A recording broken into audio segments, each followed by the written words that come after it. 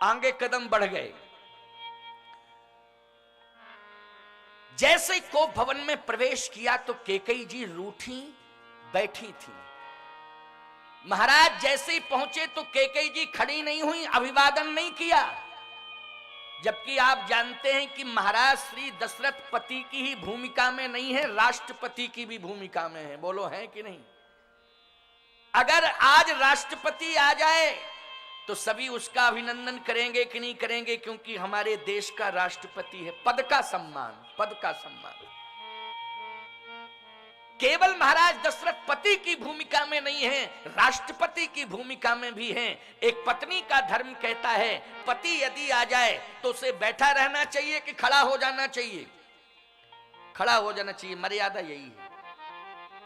एक बार एक पति बोला महाराज हमारी पत्नी तो कभी खड़ी होती ही नहीं है, कभी नहीं होती खड़ी, आप शिक्षा दे दो। हमने कहा क्यों, पति आता है तो तुम खड़ी क्यों नहीं होती? बोले महाराज एक बार आवे तो चक्कर ही काटते रहते हैं। अरे इनको कम से कम ये सोचना चाहिए कि घर की बहुत जिम्मेदारियां हैं। अरे घर में ही नहीं रहें, घर की जिम्मेदारियों को संभालें, समाज की जिम्मेदारियों को संभालें, और हमारे पति हैं, हमारा गौरव बढ़ेगा। अगर ये कुल और समाज की जिम्मेदारी के साथ साथ देश की जिम्मेदारी को संभालें तो हमारा गौरव बढ़ेगा। इसलिए आप इन्हें शिक्षा दो कि ये समाज की जिम्मेदारी संभालें। याद रखना, केवल जिंदगी घर में ही मत घुस के बिताओ, नारकीय जीवन मत करो। यदि तुमने जन्म लिया है तो केवल अपने जीने के लिए नहीं लिया है, अपने खाने के लिए नहीं लिया है, तुमने जीवन लिया है समाज और राष्ट्र की सेवा करने के लिए लिया है। इसलिए अपने जीवन को समाज और राष्ट्र की सेवा में लगा दो। ये जीवन प्रमादी बनाने की जरूरत नहीं है, आलसी बनाने की जरूरत नहीं है कि खाली हो पड़े पड़े सो रहे हो, कुछ काम नहीं करना है। आलसी प्रमादी जीवन को भगवान भी स्वीकार नहीं करते हैं। इसलिए मैं कहना चाहता हूं कि अपने अपने जीवन को राष्ट्र और समाज की सेवा से जोड़ो। हमारी माताएं आज अपनी संतान को राष्ट्र की सेवा से जोड़ें। आज हम यदि कथा कह रहे हैं तो आज देश की सुरक्षा में लगे सैनिकों के बल पर भगवान की कृपा और देश के सैनिकों का बल, इन दोनों के द्वारा आज हमारा यज्ञ सफल हो रहा है। अगर हमारे देश के नौनिहाल सैनिक बन करके देश की रक्षा न करते होते तो आज बोलो हम शांति से जीवन व्यतीत कर पाते क्या? धन्य है वो सैनिक। मैं कहता हूं उनकी भी एक बहुत बड़ी तपस्या है, जो इस समय भीषण गर्मी में भी बॉर्डर पर लगे हुए हैं, भीषण सर्दी में भी बॉर्डर पर लग के हमारे देश की रक्षा करते हैं। याद रखना, जिंदगी मौत की लड़ाई लड़के हमारे देश की रक्षा कर रहे हैं। उनको केवल देश दिखाई दे रहा है, अपना जीवन नहीं दिखाई दे रहा है, केवल उन्हें देश दिखाई दे रहा है। वो देश के पीछे अपनी जिंदगी को कुर्बान करना चाहते हैं। ये संस्कार माताओं आपने दिया है अपने बच्चों को। इसलिए मैं ये चाहता हूं कि अपने लिए नहीं, अपने देश के लिए जियो। आलसी प्रमादी जिंदगी मत जियो, अपने राष्ट्र के लिए जियो। उत्साहित होकर के राष्ट्र की सेवा करो, समर्पित होकर के राष्ट्र की सेवा करो। राष्ट्र के लिए जियो, देश के लिए जियो, धर्म की रक्षा के लिए जियो। आज दशरथ जी महाराज जैसे प्रवेश करते हैं तो कैकेयी रूठी बैठी थी। महाराज श्री दशरथ ने समीप में जाकर के कहा, कारण क्या है कि तू रूठी है, नाराज क्यों है ये बता। तू साहसी है, तेरे साहस को मैंने देखा है कि देवासुर संग्राम में तू सारथी बन करके मेरे रथ का संचालन कर रही थी, और यदि उस देवासुर संग्राम में विजय मिली थी दशरथ को तो तेरे बल और शक्ति पराक्रम के कारण मिली थी। लेकिन आज तू रूठी बैठी है, कारण क्या है बता, कारण क्या है। कैकेयी ने कहा कि कारण रूठने का है, उसको समझने के बाद आप मेरे मन की संतुष्टि करेंगे क्या? दशरथ जी ने कहा क्यों नहीं। तो कैकेयी ने कहा, दैन कहूं मह दोई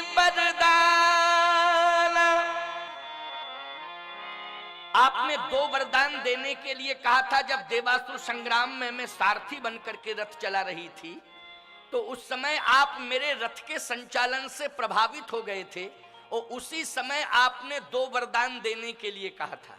और आज मौका आ गया है, मैं लेना चाहती हूं। आप देंगे वो दो वरदान के बदले में जो मांगूंगी?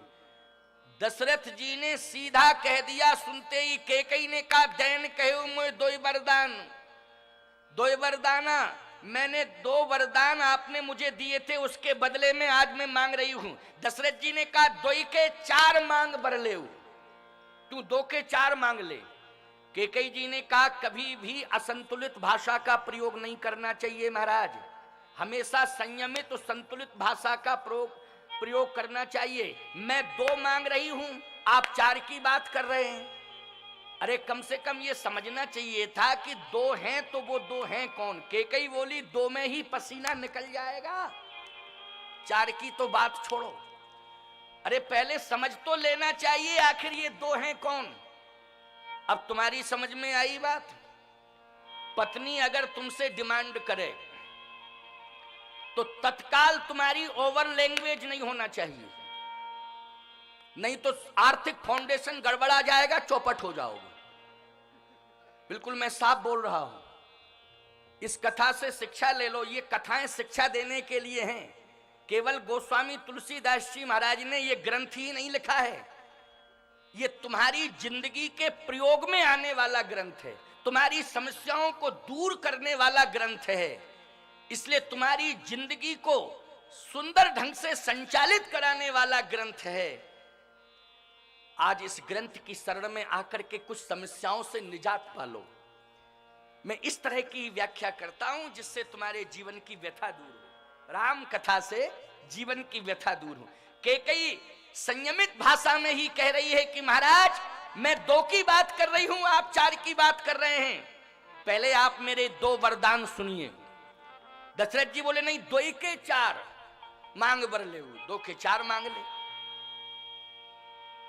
कैकेयी जी ने कहा, न तीन चाहिए, न एक चाहिए, न हमको पांच चाहिए और न हमें तीन चाहिए, केवल दो। दो। दशरथ जी ने कहा, नहीं नहीं, मेरी इच्छा है कि दो के चार। अच्छा बोलो, पत्नी तुमसे ये कहे कि आज मैंने पड़ोसिन के गले में 2 तोले का हार देखा, पड़ोसिन के गले में 2 तोले सोने का हार देखा, हमारी इच्छा है कि तुम भी मुझे बनवा दो 2 तोले का हार। तो तुम्हें यह नहीं कहना चाहिए उसका 2 तोले का है, हम 4 का बनवा देंगे, तो चिंता क्यों करती है? तुम्हें पहले अपनी परिस्थिति पर विचार करना चाहिए कि नहीं करना चाहिए, और समझाना चाहिए कि देखो उसकी परिस्थिति अलाउ कर रही है इसलिए उसने 2 तोले सोने का हार पहना दिया, लेकिन जिस दिन मेरी परिस्थिति अलाउ करेगी मैं भी तुझे हार पहनाऊंगा, लेकिन अभी नहीं। अगर ये जिद्दी करने लगे कि नहीं नहीं अभी, तो उस समय तुम युक्ति से काम लो। कैसे? ये कहो आज नहीं, फिर कब? वो कहे कल, तो तुम ये मत कहो हाँ कल, ये कहो कल नहीं, फिर कहे परसों, और परसों में धीरे धीरे बरसों निकाल दो, जुक्ति से निकाल दो बरसों। बोलो तुम्हारा आर्थिक संतुलन कभी बिगड़ेगा? जल्दी बताओ। आर्थिक संतुलन बहुत बढ़िया रहेगा, मैं युक्ति बता रहा हूं आपको। ये जिंदगी को चलाने वाली युक्ति है, ये संतुलन बनाने वाली युक्ति है। लेकिन आज महाराज श्री दशरथ ने कहा 2 के 4, कैकेयी ने कहा नहीं नहीं 4 नहीं 2। सुनो क्या है 2।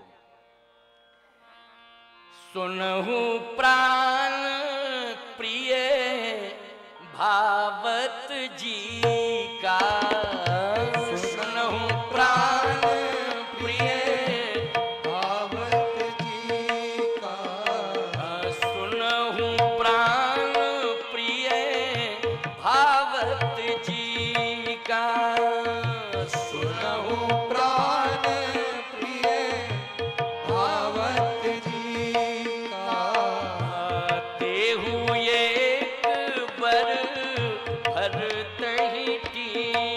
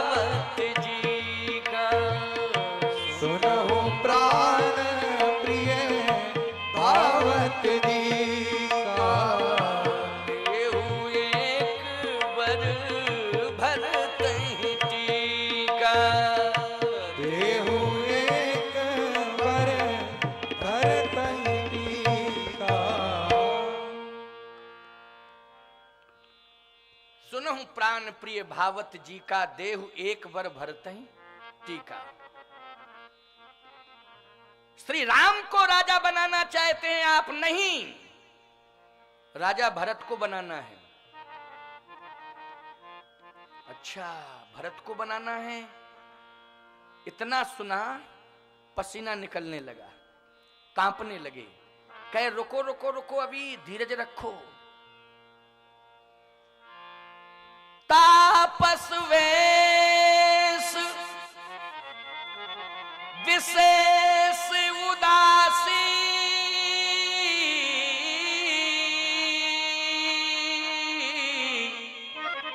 और 14 बरस राम बनवासी। भरत राजा बने और राम 14 साल के लिए बनवासी हों। दशरथ जी मूर्छित होकर के गिर पड़े, मूर्छित होकर के गिर पड़े महाराज श्री दशरथ। कैकेयी जी ने संभाला नहीं, उठाया नहीं, रूठ के फिर बैठ गई। अब बड़ी विडंबना है प्यारे, इधर महाराज श्री दशरथ कह रहे थे 2 के 4 मांग बर लेऊ, और इधर 2 में ही बेहोशी आ गई, शरीर कांप रहा है। लेकिन कैकेयी जी ने महाराज को संभाला नहीं। अच्छा, पति अगर पत्नी के सामने गिर जाए, डिमांड करते समय गिर जाए, तो पत्नी को उठाना चाहिए कि नहीं उठाना चाहिए? मेरी समझ में तो उठाना चाहिए। अच्छा, पत्नी की बात छोड़ो, आप सड़क पर चल रहे हो, गिर पड़े हो, तो अजनबी व्यक्ति भी उठा लेता है देख के कि नहीं उठाता? बोलो भाई, अरे अरे अरे कैसे गिर गया, कैसे गिर गया। लेकिन वो तो पत्नी है, पत्नी है। पत्नी के जीवन में पति से बड़ा कौन हो सकता है? और ऐसी परिस्थिति में कि पति बेहोश होकर के गिर रहा है, लेकिन पत्नी ने संभाला नहीं। ये कैकेयी जी का बहिरंग चरित्र है। ये बहिरंग चरित्र जब हम कैकेयी जी का सुनते हैं तो कैकेयी जी के प्रति हमारी श्रद्धा नहीं होती। क्यों भाई? क्योंकि ऐसा नहीं करना चाहिए था। लेकिन कैकेयी जी की अंतरंग स्थिति क्या है, इस पर भी हमें थोड़ा विचार करना है। अभी तो प्रसंग बहुत बड़ा है, अभी आगे स्पष्टीकरण हो जाएगा, बहुत बढ़िया। अभी तो मैं केवल कोप भवन का वर्णन कर रहा हूं। बेहोश होकर के महाराज गिर पड़े, कैकेयी जी बैठ गई। थोड़ी देर में होश आया, और जैसे होश आया तो आंखों में आंसू भर के महाराज श्री दशरथ कहते हैं, कैकेयी, मैं भरत को राजा तो बना सकता हूं, लेकिन राम को वन नहीं भेज सकता। मोरे तो राम भरत दोई आंखी, सत्य कहूं कर शंकर साखी। राम और भरत में कोई अंतर नहीं है। भरत राजा बन जाए, मैं भरत को राजा बना दूंगा, लेकिन राम बन चला जाए ये मैं बर्दाश्त नहीं कर सकता। राम को आंखों से ओझल नहीं कर सकता। कहूं सुभावुन छल मन माही,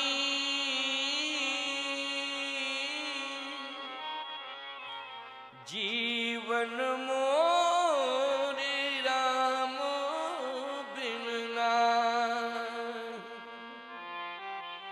जीवन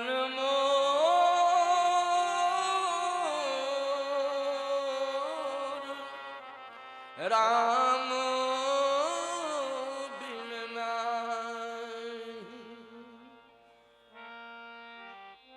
राम के बिना मेरा जीवन सुरक्षित नहीं है। राम यदि जाएगा तो मैं प्राण छोड़ दूंगा। इसलिए कहूं सुभावना छल मन माही, कहूं सुभावना छल मन माही, जीवन मोरे राम बिन नाहि, जीवन मोर राम बिन नाहि। मांग माथ अवहि देव तो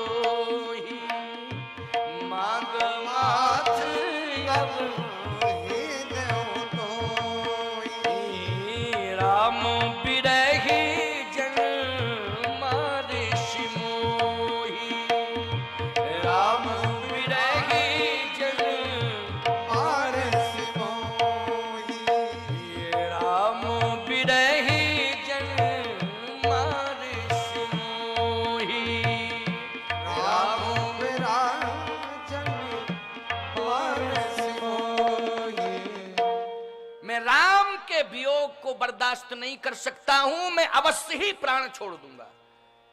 कैकेयी बोली तो मेरी शर्त सुन लो, यदि श्री राम अयोध्या से बाहर नहीं गए और सूर्य की किरण निकलते ही राम अयोध्या से बाहर नहीं निकलेंगे, बन नहीं जाएंगे, तो मेरी मृत्यु निश्चित है, मैं मर जाऊंगी। दशरथ जी कहते हैं कि राम यदि चले गए तो मैं मर जाऊंगा। कैकेयी कहती है राम यदि नहीं गए तो मैं मर जाऊंगी। अब बोलो विडंबना, विषम परिस्थिति आई कि नहीं आई? एक बहुत बड़ा धर्म संकट आया है। कैकेयी कहती है कि राम यदि अयोध्या से बाहर नहीं जाते हैं तो मैं मर जाऊंगी। दशरथ जी कहते हैं राम अयोध्या छोड़ के जाते हैं तो मैं मर जाऊंगा।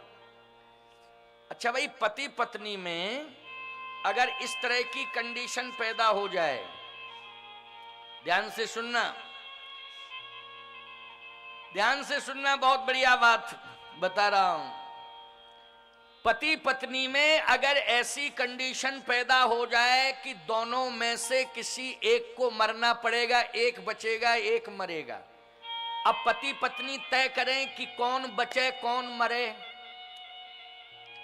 तो मेरी समझ में तो ये आता है कि पत्नी का मरना पहले ज्यादा अच्छा होगा। मेरी समझ में तो यही है। क्यों? प्रत्येक पत्नी चाहती है, प्रत्येक नारी चाहती है कि मैं सुहागवती होकर के जाऊं। बोलो भाई। अच्छा, तुम मंदिर में भगवान से क्या मनौती मनाती हो? कि हमारा सिंदूर सुरक्षित रखना। यज्ञ भगवान की परिक्रमा कर रही हो, सबसे पहले तुम यही मांगती होगी कि मेरा सुहाग अमर रहे। हे यज्ञ भगवान, मुझे यही दे दो कि मेरा सिंदूर सुरक्षित रहे, यही मांग है। और बोलो, कैकेयी जी के सिंदूर महाराज दशरथ हैं कि नहीं? कैकेयी जी के सिंदूर कौन है? महाराज दशरथ। और कंडीशन क्या है? दशरथ जी कहते हैं जीवन मोर राम बिन नहीं, मैं राम के बिना जिंदा नहीं रह सकता हूं। राम यदि चले गए अयोध्या छोड़ के तो मैं प्राण दे दूंगा। कैकेयी कहती राम नहीं गए तो मैं प्राण दे दूंगी। तो मुझे तो लगता है कि दशरथ जी को कह देना चाहिए था कि 3 पत्नियां हैं, तुम चली जाओ, 2 तो रहेंगी। पत्नियां तो 3 है ना, अरे एक चली जाएगी तो 2 रहेंगी। लेकिन बोलो भाई, अगर पति दुनिया से चला गया तो तीनों विधवा हो जाएंगी कि नहीं हो जाएंगी? तीनों का सब कुछ चला जाएगा कि नहीं? लेकिन क्या भगवान की लीला है प्यारे। यहां कैकेयी जी कहती है नहीं नहीं नहीं, मैं निश्चित रूप से प्राण दे दूंगी अगर राम बन नहीं जाते हैं। दशरथ जी ने कहा राम यदि जाएंगे तो मैं प्राण दे दूंगा। कैकेयी बोली तय कर लो दोनों में से किसका जाना ठीक। दोनों में से एक बार पति पत्नी में विवाद हुआ, वो दोनों मेरे पास आए। मैंने कहा देखो झगड़ा मत किया करो भाई, ये गलत बात है। पत्नी बोली झगड़ा इस बात का है महाराज जी, आज कितना बढ़िया दिन है। हमने कहा दिन तो आज शायद शनिवार है। क्यों? अरे महाराज जी शनिवार दिन तो है, लेकिन एकादशी है कि नहीं? हमने कहा हाँ एकादशी तो है। संयोग की बात है, जहां मैं था वहां भी एकादशी ही पड़ गई थी। ऐसा मत सोचना कि आज ही की बात है, क्योंकि आज तो मैं किसी परिवार में ठहरे नहीं हूं, मैं तो नौलखी मंदिर में ठहरा हूं। नौलखी बेतवा घाट, जहां संतों का भवन है, संत निवास है, बड़ी सुंदर व्यवस्था। पूज्य स्वामी श्री जगन्नाथ दास जी महाराज की तपस्थली है, वहां मैं ठहरा हूं। बड़े तपोनिष्ठ संत हुए हैं स्वामी श्री जगन्नाथ दास जी महाराज। लेकिन उस समय की बात, संयोग से एकादशी पड़ गई। तो मैंने कहा झगड़ा करने की क्या बात है, एकादशी है, एकादशी को क्यों झगड़ रहे हो? पत्नी बोली इसलिए कि ये झूठ ज्यादा बोलते हैं, कम से कम आज एकादशी के दिन तो परहेज रखना चाहिए। आज भी ये झूठ बोले। तो मैंने कहा कि क्यों झूठ नहीं बोलना चाहिए, पत्नी ठीक कह रही है और झगड़ा कर रही है तो ठीक ही कर रही है, तुम कह दो कि हम नहीं बोलेंगे झूठ। बोले महाराज जी मैं झूठ झूठ कुछ नहीं बोलता हूं, वो तो धंधा पानी करता हूं, तो कभी कभी बोलना पड़ता है, तो क्या करूं। अच्छा ठीक है, आज से मैं प्रतिज्ञा करता हूं धंधा चौपट हो जाए, दुकानदारी ठप हो जाए, झूठ नहीं बोलूंगा महाराज, आपके चरणों की सौगंध खा के कह रही हूं, मैं कह रहा हूं। उसने कहा मैं झूठ नहीं बोलूंगा, चाहे धंधा चौपट हो जाए, दुकानदारी ठप हो जाए, आज के बाद झूठ बोलना बंद। कभी कभी बोलता था, वैसे मेरी कोई ऐसी स्थिति नहीं कि हमेशा झूठ बोलना, लेकिन इससे कहो ये भी झूठ ना बोले, ये भी झूठ ना बोले। पत्नी बोली मान लीजिए तुम कभी झूठ बोले तो क्या करोगे? पति ने कहा मैं स्वामी जी जगत गुरु के चरणों की सौगंध खा चुका हूं, अगर मैं झूठ बोलूंगा, जिस दिन बोलूंगा उसी दिन मर जाऊंगा, जिंदा नहीं रहूंगा। लेकिन तू भी प्रतिज्ञा कर आज कि तू भी झूठ नहीं बोलेगी। पत्नी बोली वैसे मैं तो बोलती नहीं हूं, झूठ का विरोध करती हूं, लेकिन मैं झूठ नहीं बोलूंगी, कभी नहीं बोलूंगी, चाहे जैसी परिस्थिति आ जाए। बोलती नहीं हूं और चाहे जैसी परिस्थिति आ जाए, लेकिन मैं झूठ नहीं बोलूंगी। पति बोला मान लो बोली तो? उसने कहा जिस दिन मैं झूठ बोलूं उसी दिन विधवा हो जाऊं।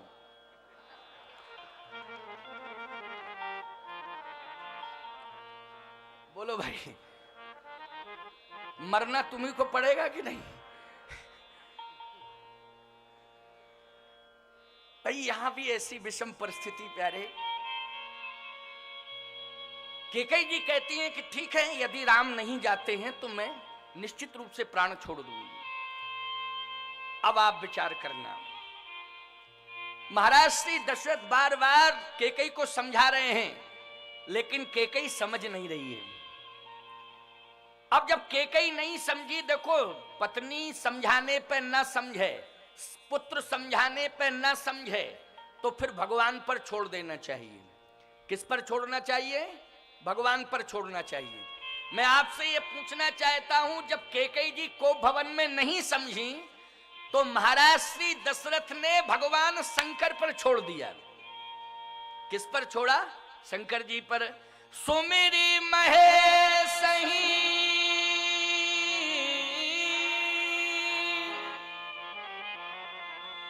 कहानी होरी, ओ बिनती सुनहु सदा शिव मोरी। बोलो भाई किस पर छोड़ा? भगवान शंकर पर। सुमिर महेश है, को भवन की चौपाई है। को भवन में ही उन्होंने प्रार्थना की। जब पत्नी नहीं मानी, पत्नी ने एक नहीं सुनी, तो उसी समय भगवान शंकर से प्रार्थना कर रहे हैं महाराज श्री दशरथ। अच्छा, तुम लोग भी जब संकट में फंस जाते हो तो भगवान शंकर से प्रार्थना करते हो कि नहीं? और शंकर जी संकट को दूर करते हैं कि नहीं करते हैं? ये अति रुद्र महायज्ञ, इतना विशाल यज्ञ जो अति रुद्र महायज्ञ, 1111 कुंडात्मक यज्ञ, ये आप शिव की प्रसन्नता के लिए कर रहे हैं। और भगवान शिव आपके ऊपर अवश्य ही प्रसन्न है, इसमें जरा भी संदेह नहीं। आज शिव को प्रसन्न करने के लिए भगवान शंकर से प्रार्थना कर रहे हैं चक्रवर्ती सम्राट महाराज श्री दशरथ कि हे शंकर, हे शिव, हे शशांक शेखर, हे भूत भावन, अब प्रसन्न हो जाओ, मेरी प्रार्थना सुनो। मैं संकट में फंस चुका हूं, इसलिए संकट से मुझे दूर करो। हे सुमिरी महेशही कहानी होरी, बिनती सुनहु सदा शिव मोरी। अब मेरी प्रार्थना सुन लो, मेरी प्रार्थना सुनो। अच्छा, जब एरा गैरा नत्थु खैरा की प्रार्थना शंकर जी सुन लेते, बोलो सुन लेते कि नहीं, तो भगवान राम के पिता की सुनेंगे कि नहीं सुनेंगे? बिल्कुल सुनेंगे, कन्फर्म है। जब साधारण से साधारण की सुन लेते हैं, कोई थोड़ा सा जल चढ़ा दे और प्रार्थना करे तो सुन लेते हैं कि नहीं सुन लेते?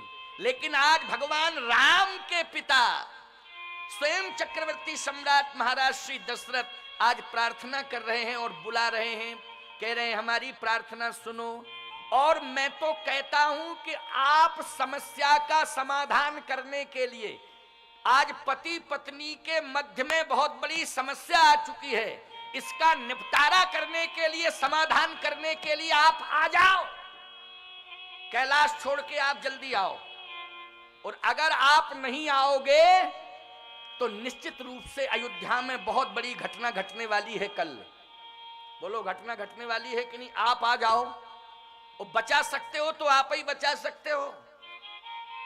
शंकर जी खड़े हो गए, पार्वती जी बोली क्या बात है, कहां जा रहे हैं आप? कहे अयोध्या जा रहे हैं। अयोध्या? पार्वती जी ने कहा अयोध्या इतनी जल्दी आप क्यों जा रहे हैं? कहे अयोध्या नरेश ने बुलाया है इसलिए जा रहे हैं। पार्वती जी बोली आज मत जाओ, कल जाना। शंकर जी बोले कल क्या करेंगे? पार्वती जी बोली अयोध्या में ऐसी स्थिति पैदा हो रही है कि राम को बन जाना है, और अभी केकई को दोष लगेगा कि राम को बन भेजा है, केकई ने भेजा। और ऐसी कंडीशन में यदि आप पहुंच गए तो सारी दुनिया कहेगी कि शंकरई जी आए थे ये सब कराने के लिए।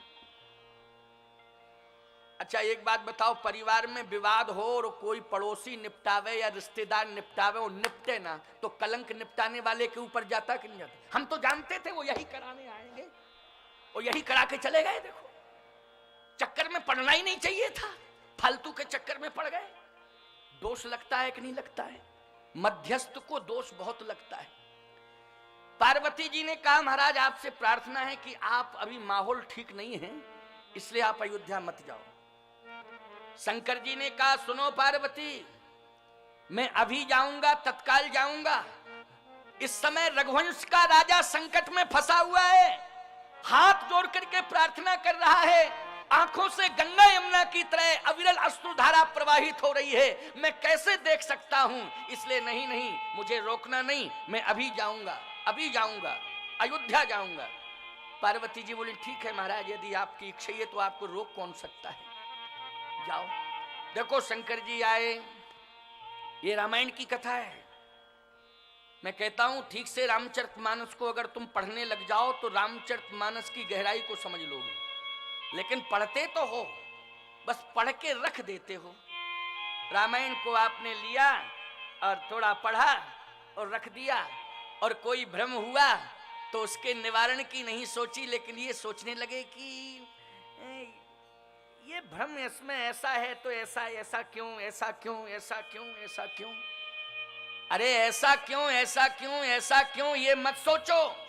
रामचरितमानस में अगर एक जगह शंका है तो दूसरी जगह उसका समाधान है। किसी अन्य ग्रंथ की सहयोग की आवश्यकता नहीं है, अन्य किसी पुराण के सहयोग की आवश्यकता नहीं है। नाना पुराण निगमागम सम्मतम, जितने भी पुराण हैं सबका सम्मत रामायण में है। इसलिए जहां तुम्हें शंका समझ में आ रही हो रामायण में, निश्चित रूप से गंभीरता से रामायण को पढ़ लेना, अगले प्रसंग में समाधान अवश्य मिल जाएगा, उसमें आपको भ्रमित होने की आवश्यकता नहीं पड़ेगी। ऐसा रामचरितमानस है, समाधान का ग्रंथ है। आप देखें कितना बढ़िया समाधान। सुमिरी महेश ही कहाल होरी, ओ बिनती सुनहु सदा शिव मोरी। सीधे शंकर जी आए और कोप भवन में प्रवेश कर गए। अयोध्या के किसी नागरिक ने भगवान शंकर को नहीं देख पाया। देखो शंकर जी किसके ऊपर कृपा करने वाले हैं ये कोई देख नहीं सकता है, लेकिन जब कृपा हो जाती है तब समझ में आता है। लेकिन देखता थोड़ी है कि कोई कृपा आ गए अब कृपा बरसा रहे हैं, नहीं नहीं नहीं, कृपा जब हो जाती है तो समझ में आ जाता। अयोध्या के किसी नागरिक ने नहीं देख पाया कि शंकर जी आ गए। अच्छा भाई मैं कहता हूं नागरिकों की बात छोड़ो, कोप भवन में महाराज श्री दशरथ हैं और वहीं केकई है, लेकिन केकई को भगवान शंकर दिखाई नहीं दे रहे हैं, लेकिन महाराज दशरथ को दिखाई दे रहे हैं। अरे अयोध्या के नागरिकों की बात छोड़ो जी, कोप भवन में केकई थी कि नहीं थी? तो केकई को तो दिखाई देना चाहिए था कि भगवान शंकर आ गए, लेकिन केकई को भगवान शंकर दिखाई नहीं दे रहे हैं, केवल दिखाई दे रहे हैं तो महाराज श्री दशरथ को। प्रमाण क्या है कि दशरथ जी को दिखाई दे रहे? जैसे ही भगवान शंकर प्रवेश करते हैं कोप भवन में, दशरथ जी मूर्छित पड़े थे, भगवान शंकर ने अपने हाथों से उठाया, कहा दशरथ आंख खोलो, देखो मुझे मैं आ गया हूं, आंख खोल के देखो मैं आ गया हूं। जैसे दशरथ जी ने अपने नेत्र खोले, भगवान शंकर का दर्शन हुआ। अच्छा, प्रमाण क्या है कि भगवान शंकर आए, इसके लिए भी स्पष्टीकरण होना चाहिए। भाई किसी चौपाई का स्पष्टीकरण होना चाहिए कि भगवान शंकर आए। ये तो प्रार्थना है कि सुमिर महेश कहा निहोरी, विनती सुनो। तो विनती तो कैलाश पर्वत पे भी सुन सकते बैठे बैठे, लेकिन ये क्या प्रमाण है कि कोप भवन में आए? इसके लिए कोई चौपाई, छंद, सोरठा, दोहा, यदि कोई प्रमाण हो तो उसका उल्लेख होना चाहिए। चलिए मैं उल्लेख करता हूं, मैं उल्लेख कर रहा हूं। ये रामचरितमानस ग्रंथ रखा है, घर में जाकर के आप इस प्रसंग को खोल लेना, देख लेना, पढ़ लेना। वैसे मैं चौपाई कहूंगा तो समझ में आ ही जाएगा। जैसे ही भगवान शंकर सामने आए और देखा महाराज श्री दशरथ ने, उसी समय कहा, आसुतोष तुम, संकेत है अब ढर दानी, ओ आरती हरहु दीन जन जानी। आसुतोष तुम, क्यों भाई? जब सामने कोई व्यक्ति होता है तभी कहा जाता है तुम। जब कोई सामने होगा तभी कहा जाएगा तुम। देर में क्यों आए? हम मुसीबत में फंसे थे, जल्दी आना चाहिए था, लेकिन तुम देर में आए। आशुतोष तुम। एक सज्जन बोले, महाराज जी यहां मेरी प्रार्थना है, थोड़ा समाधान करके आगे बढ़िए। मैंने कहा क्या प्रार्थना है? बोलो। प्रार्थना यह है कि कोई विद्वान होता है, योग्य होता है, वो आप कहता है, तुम नहीं कहता है। मूर्ख जो होता है वो तुम कहता है। महाराज श्री दशरथ विद्वान हैं, योग्य हैं। अवधपुरी रघुकुल मणि राऊ, वेद विदित तहि दशरथ नाऊ। इतने विद्वान महाराज श्री दशरथ भगवान शंकर को तुम कहते, आप कहना चाहिए था, तुम क्यों कहा? मैंने कहा सुनो पहले मेरी बात। जब व्यक्ति अति व्यथित होता है तो सामान्य शिष्टाचार भूल जाता है। बोलो भाई। जब व्यक्ति अति व्यथित हो जाता है, अपना संयम खो देता है, तो उस समय वो सामान्य शिष्टाचार भूल जाता है। न उसे ऐसा भास होता है कि मैं आप कहूं या तुम कहूं। उस समय तो जो भी परिस्थिति सामने आती है उसके अनुसार वो अपनी वाणी का प्रयोग कर देता है। उसमें तुम और आप सोचने की आवश्यकता नहीं है, क्योंकि अति व्यथित हैं। बोलो, हैं अति व्यथित कि नहीं? इसलिए इस पर कोई शंका नहीं करना है। मैं आपको क्या बताऊं, एक बार मेरे ऊपर बीती, मेरे ऊपर ये बीती कि मेरे आश्रम में कामदगिरी में एक बहुत ही प्यारा संत और अनन्य सेवक मेरा शिष्य है, जो केवल 3 घंटे सोता है, बाकी पूरी सेवा में ही रहता है। कामतानाथ जी के झाड़ू बहारू से लेकर के संतों की सेवा, पूरे आश्रम की सेवा। और जब हम पहुंच जाते हैं तो हमारी सेवा में भी लग जाता है। अच्छा, और मैं आपको क्या बताऊं, पढ़ा लिखा है वो, ऐसा नहीं कि बिल्कुल अंगूठा छाप हो, पढ़ा लिखा, इंटर पास है, लेकिन संत बन गया, मेरी सेवा में रहता है। एक दिन की बात है कि मैं वस्त्र बांट रहा था। सर्दियों में मैं गरम वस्त्र देता हूं आश्रम के संतों को, और जो भी संत आ जाते हैं तत्काल में उनको, और गर्मी में ये सूती वस्त्र गर्मी वाले जो होते हैं उनको देता हूं। तो सर्दी के वस्त्र बांट रहा था, साल भी थे, कम्बल भी थे, स्वेटर भी था, ये बांट रहा था। किसी ने उसके कान में जाकर के ये कह दिया कि गुरुजी ने सब बांट दिया, तुम्हारे लिए तो कुछ रखा ही नहीं, अब तुमको कुछ नहीं मिल पाएगा, ना स्वेटर मिलेगा, ना कम्बल मिलेगा, ना साल, गुरुजी ने सब बांट दिया। अच्छा, कान का कच्चा है, सुन करके एकदम गया तो उसने अपना थैला लगाया, आसन बासन बांधी और टांग टूंग के आ गया मेरे सामने। बोले गुरुजी अंतिम दंडवत चले। मैंने कहा क्या बात है, क्या बात है, क्या बात है बेटा, बात क्या है? बोले इतनी सेवा करते हैं तुम एक कम्बल नहीं दे पाए मुझे। मैंने कहा तुम कह रहा है, कभी ऐसा बोलता ही नहीं था ये, किसी ने भांग खिला दी इसको क्या? ये हमसे तुम आज तक नहीं बोला, बोलता ही नहीं था, साष्टांग दंडवत शब्द नहीं निकालता था, लेकिन तुम बोल रहा है, और रोने लगा मेरे सामने। मैंने कहा बेटा, सबको मैंने एक कम्बल दिया, लेकिन तेरे लिए 2 कम्बल रखे हूं। तो एकदम बोला हम जानते थे, हमारे गुरु से बड़ा महान तो कोई है ही नहीं, आप बड़े दयालु हैं, बड़े कृपालु हैं। तुरंत ही आप बोलने लगा। बोलो भाई। तो मैं कहता हूं देश काल परिस्थिति के हिसाब से भाषा निकल जाती है कि नहीं, और उस भाषा पर किसी भी प्रकार का गहराई पर टिप्पणी नहीं करना चाहिए, ना सोचना चाहिए। देश काल परिस्थिति पर विचार करना चाहिए। तो यहां देश काल परिस्थिति के अनुसार अति व्यथित अवस्था में महाराज श्री दशरथ हैं, इसलिए तुम और आप पर कहीं सोचने की आवश्यकता नहीं है। भगवान शंकर को अगर वो तुम कह रहे हैं तो ऐसा मत सोचना कि अविवेकी हैं। नहीं नहीं, ऐसा नहीं है प्यारे, सावधान।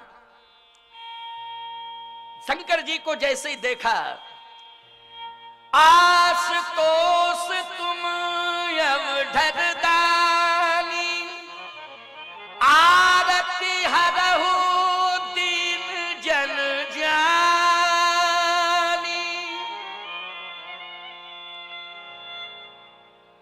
मेरी वेदना को समझिए, मेरे दुख को दूर करिए, मेरे संकट को दूर करिए। हे भोलेनाथ, आपके चरणों में बार बार प्रणाम है। फिर आप कह दिया, कभी तुम कह दिया, कभी आप कह दिया। भगवान शंकर ने कहा धीरज रखो, घबराओ नहीं, मैं आ चुका हूं, घबराने की जरूरत नहीं। अच्छा चाहते क्या हो? चाहता ये हूं कि तुम प्रेरक सबके हृदय, सोमति राम ही दे बचन मोर तजी रही ग्रही,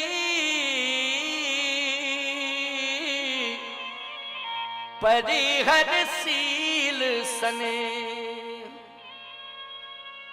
राम की आप ऐसी मति कर दें कि राम मेरी बात ना माने, वो मेरी बात ना मान करके अयोध्या में रह जाए, अयोध्या छोड़ के ना जाए। बोलो, एक पिता प्रार्थना कर रहा है भगवान से कि पुत्र मेरी बात ना माने, एक बार मेरी बात मेरा पुत्र ना माने। राम मेरी बात एक बार ना माने, मेरी प्रार्थना है। बोलो, ये त्रेता का पिता भगवान से प्रार्थना कर रहा है कि नहीं कि एक बार मेरा बेटा मेरी बात ना माने। और आज कलयुग का बाप हर रोज प्रार्थना कर रहा है शंकर जी से कि हे भगवान शंकर, जिंदगी में एक ही बार मेरा बेटा मेरी बात मान ले। जिंदगी में एक ही बार मेरा बेटा मेरी बात मान ले, एक बार केवल। बोलो, रो रहा है कि नहीं रो रहा है आज का बाप? आज का बाप रो रहा है प्यारे। एक बार एक बाप रोता रोता आया, बोले गुरुजी आप आ गए, अब तो मेरे बेटे को समझा दोगे। हमने कहा अच्छा क्या हो गया? क्या सेवा नहीं करता है? मैंने कहा इधर आ, सेवा क्यों नहीं करते हो? बोले महाराज जी कुछ समस्या है। हमने कहा सारी बातें छोड़ो, समस्याएं, बाप की सेवा करना।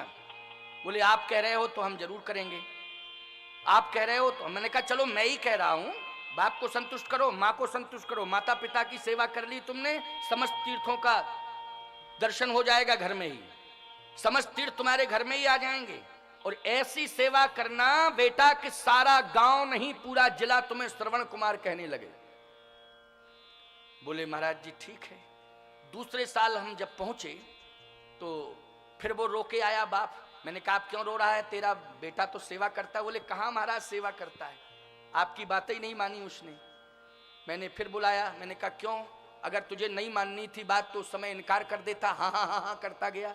मैंने कहा था माता पिता की सेवा करना और ऐसी सेवा करना कि पूरा जिला ये कहने लग जाए कि ये श्रवण कुमार है। तूने ऐसी सेवा क्यों नहीं की? तूने मुझे भी धर्म संकट में डाल दिया। बोले महाराज जी क्षमा करना, इसमें मेरी कोई गलती नहीं है, गलती इन्हीं की है। कहा हमने कहा इनकी क्या गलती माता पिता की? बोले हम श्रवण कुमार बनने को तो तैयार हैं लेकिन माता पिता अंधे तो हों।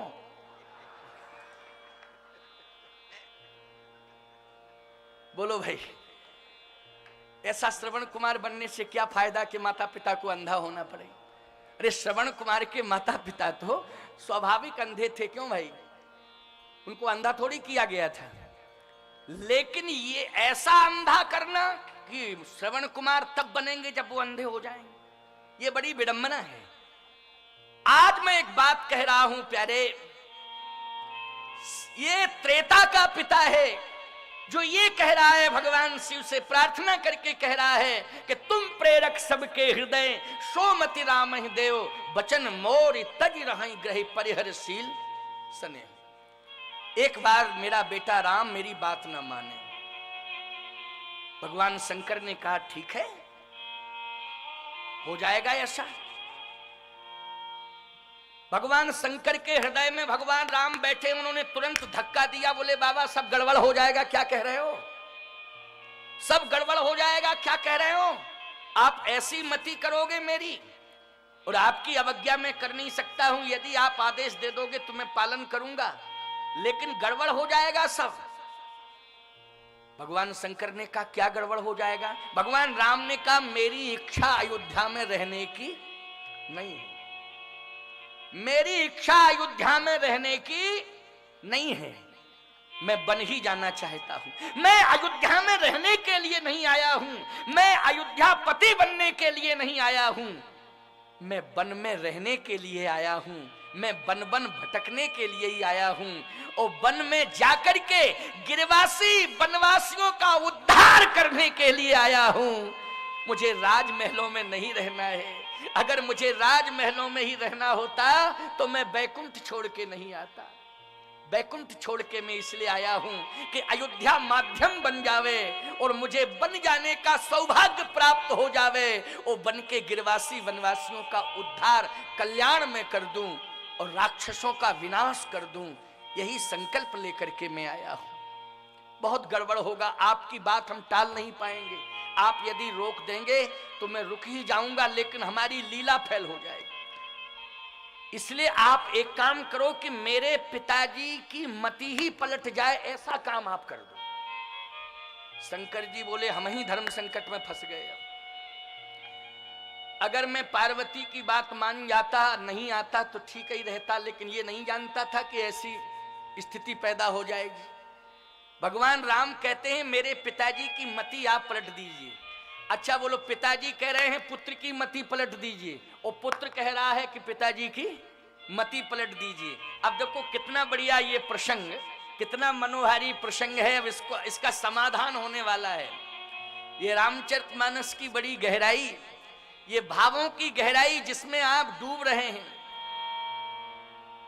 भगवान शंकर ने कहा तो आपकी इच्छा बिल्कुल नहीं है।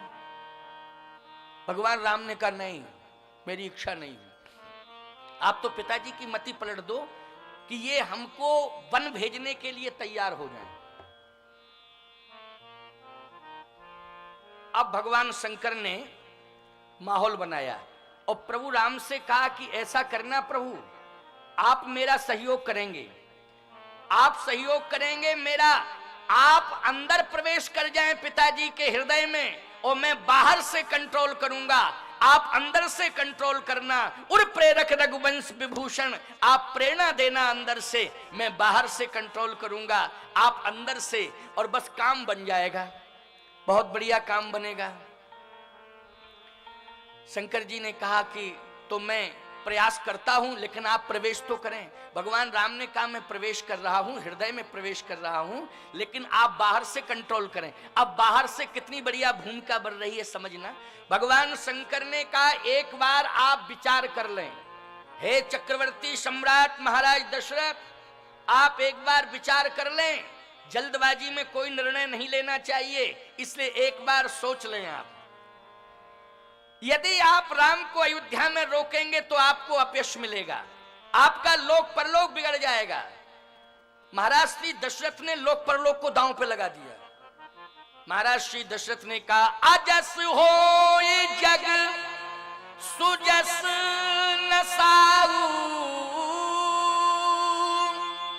और नरक परोबर सुरपुर जान।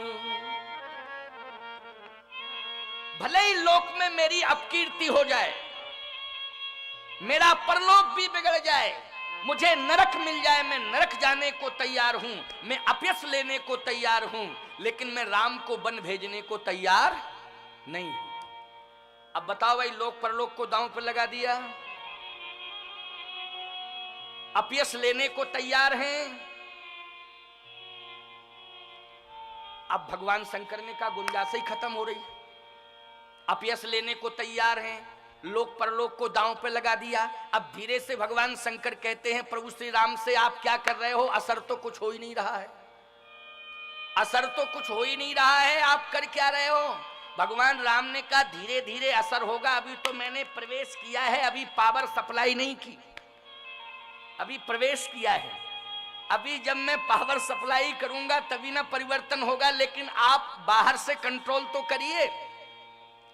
उसी समय भगवान शंकर ने फिर कहा एक बार और विचार कर लो महाराज दशरथ, जल्दबाजी में अपने धर्म को नष्ट मत करो, आपके रघुवंश की परंपरा क्या है उस पर विचार करो, आप अपने व्यक्तित्व पर विचार करें।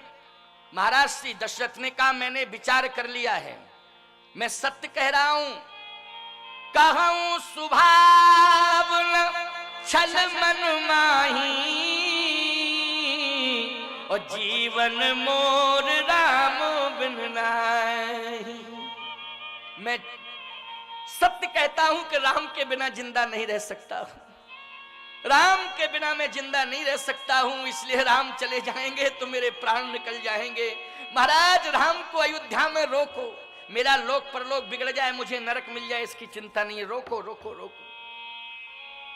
भगवान राम ने कहा महाराज आप कंट्रोल नहीं कर पा रहे हैं। शंकर जी बोले अंदर से दबाव तो बनाओ आप। अब राम जी ने दबाव बनाया, कैसे बनाया? महाराज श्री दशरथ से भगवान शंकर ने कहा अच्छा एक बार मैं एवमस्तु कहूं, इसके पहले सोच लो, मैं एवमस्तु कहने वाला हूं लेकिन फिर सोच लो, एक बार मेरे कहने से सोच लो। अच्छा जैसे ही कहा मेरे कहने से सोच लो, तो महाराज श्री दशरथ ने नेत्र बंद किए। देखो ये सोचने की मुद्रा होती है, नेत्र बंद किए, और नेत्र बंद करके जैसे ही सोचने लगे तैसे ही भगवान राम ने अपने पिता महाराज श्री दशरथ के हृदय में एक रील चला दी, इतिहास की रील। और जानते हो वो इतिहास की कौन सी रील थी? शिवी ददीच हरिश्चंद्र नरेशा सहे धर्म हित कोटि कलेसा। महाराज शिवी, महाराज ददीच और हरिश्चंद्र, इन तीनों का स्वरूप दिखा दिया अंदर, क्योंकि नेत्र बंद किए, हृदय में रील चल रही थी। अभी तो इतिहास पढ़ा था शिवी का, इतिहास पढ़ा था ददीच का, इतिहास पढ़ा था हरिश्चंद्र का, लेकिन आज भगवान राम दिखा रहे हैं। और जानते हो किस तरह से दिखा रहे हैं? हरिश्चंद्र जी का जिस समय दिखाया प्यारे, तो बड़ा विचित्र दृश्य था, दशरथ जी के आंसू निकल रहे थे। हरिश्चंद्र जी काशी के बाजार में बिक जाते हैं, और एक डोम के यहां स्मशान घाट पर डोम की आज्ञा से ड्यूटी देते हैं। बोलो, एक राजा जो है डोम का नौकर बनकर के स्मशान घाट पर ड्यूटी दे रहा है, पगड़ी बंधी हुई है, एक लाठी लिए हुए है, और डोम की आज्ञा से ये स्मशान पर ड्यूटी दे रहा है, कर वसूलता है। जो भी आता है शव को दग्ध करने के लिए स्मशान घाट पर, उससे कर लेता है। गजब हो गया। कितनी कठिन परीक्षा महाराज श्री दशरथ देख रहे हैं। थोड़ी देर में देखते देखते देखते देखते भगवान राम ने क्या दिखाया कि अपने इकलौते पुत्र रोहित का शव लेकर के तारा दग्ध करने के लिए स्मशान पर पहुंच गई। भारतवासियों, सनातन धर्मावलंबियों, इस बात को बहुत ध्यान से सुनना। धर्म कभी कभी परीक्षा लेता है, सत्य कभी कभी परीक्षा लेता है, लेकिन परीक्षा में खरे उतरना, तभी हम तुमको सनातन धर्मावलंबी कहेंगे। परीक्षा में खरे उतर जाना। आज की कथा बड़ी प्रेरणादायी है, तुम सबको प्रेरणा देने के लिए आज का प्रवचन बहुत ही सार्थक सिद्ध होने जा रहा है। जैसे ही वो शव को दग्ध करने लगी,